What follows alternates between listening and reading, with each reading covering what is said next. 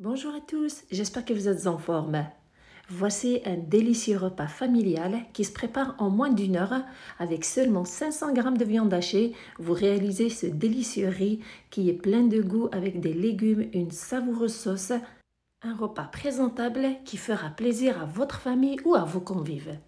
Voici la recette. Commençons par les boulettes de viande hachée. On a besoin de 500 g de viande hachée, un demi-oignon émincé, environ 2 cuillères à soupe de persil que j'avais déjà congelé. Bien sûr que vous pouvez utiliser du persil frais. Pour leur donner plus de goût, on ajoute une demi-cuillère à café de poivre noir, une autre demi-cuillère à café de cumin et une cuillère à café de sel. On met tous les ingrédients dans un récipient en commençant par la viande hachée, l'oignon, le persil et les épices, puis s'assurer de bien mélanger la viande hachée avec tous ces ingrédients pour avoir un appareil qui est homogène. N'oubliez pas surtout les amis, si jamais la recette est à votre goût, merci de la liker et de la partager. Et pour plus de recettes faciles et rapides, je vous invite à vous abonner. Une fois que la viande hachée est bien mélangée avec les autres ingrédients, prendre un plat, bien le badigeonner avec l'huile végétale pour que les boulettes ne puissent pas coller dessus au moment où vous voulez les mettre dans la marmite. Puis utilisez cette huile végétale pour que ça soit facile de former des petites boulettes de cette viande hachée. Vous leur donnez la grandeur de votre choix.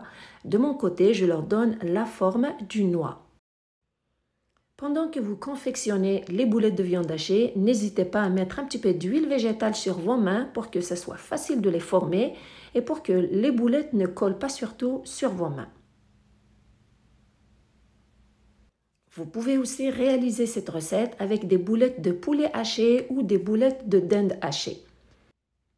Une fois que toutes les boulettes sont confectionnées, maintenant on passe à la cuisson de la recette. Dans une marmite, mettre environ 2 cuillères à soupe d'huile végétale et s'assurer de badigeonner le fond de la marmite avec celle-ci.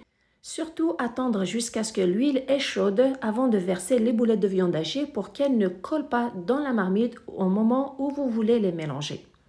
Puis versez les boulettes dans la marmite. Regardez, elles glissent facilement grâce au fait d'avoir badigeonné le plat avant de les mettre dedans.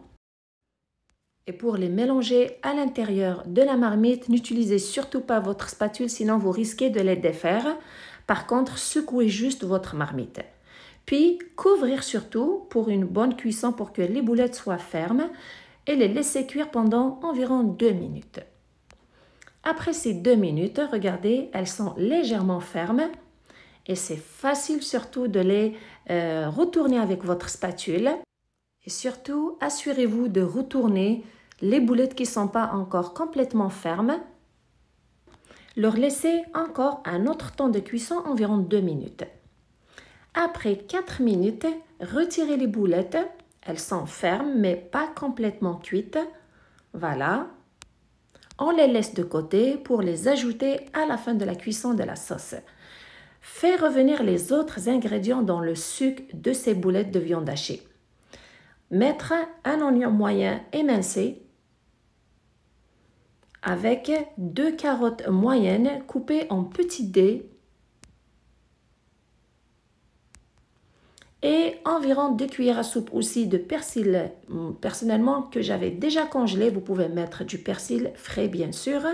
Pour les assaisonnements, j'ai pris une demi-cuillère à café de poivre noir, une demi-cuillère à café de cumin, une cuillère à café de sel, une demi-cuillère à café d'ail en poudre et une cuillère à café bombée de curcuma. L'ajout du curcuma donne une belle couleur à ce riz. Versez le tout, bien mélanger et faites revenir tous ces ingrédients avec le sucre de la viande hachée pour leur donner du goût, environ 1 minute. Et pendant ce temps de cuisson, bien sûr, n'hésitez pas à mélanger. Et pour humidifier le tout, ajoutez une tomate râpée qui va rehausser le goût de cette sauce. Et voici un ingrédient qui va donner un très bon goût et un bon parfum à votre riz. l'anis étoilé. Personnellement, je n'avais pas une étoile complète, donc j'ai pris des petits bouts de l'anis étoilé. Croyez-moi, c'est l'ingrédient qui va faire toute la différence dans ce repas. Ça lui ajoute du goût, du parfum et de la saveur à ce riz. Donc, n'hésitez pas à l'ajouter. Vous n'allez pas le regretter.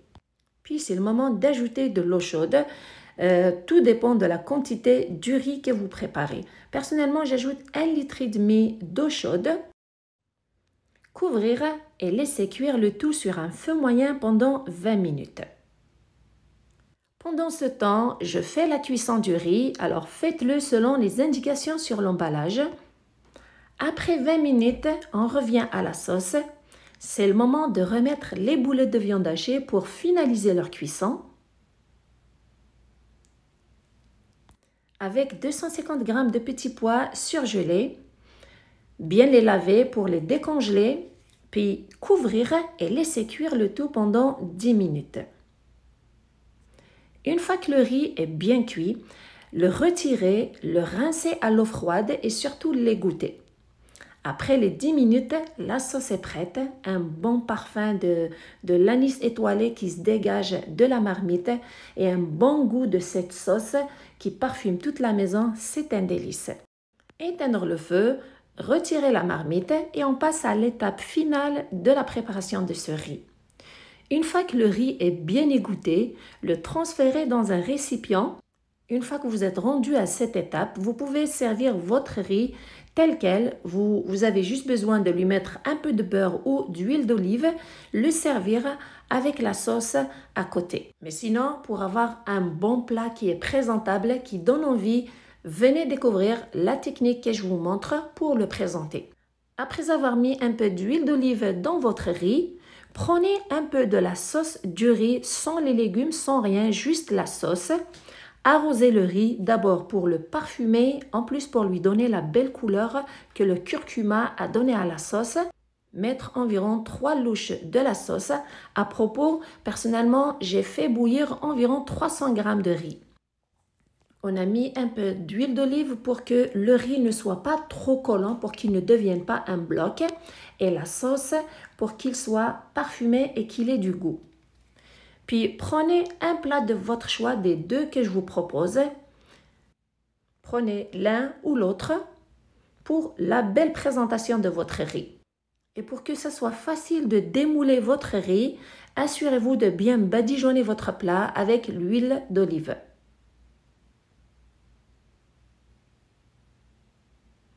Par la suite, versez le riz dans le plat.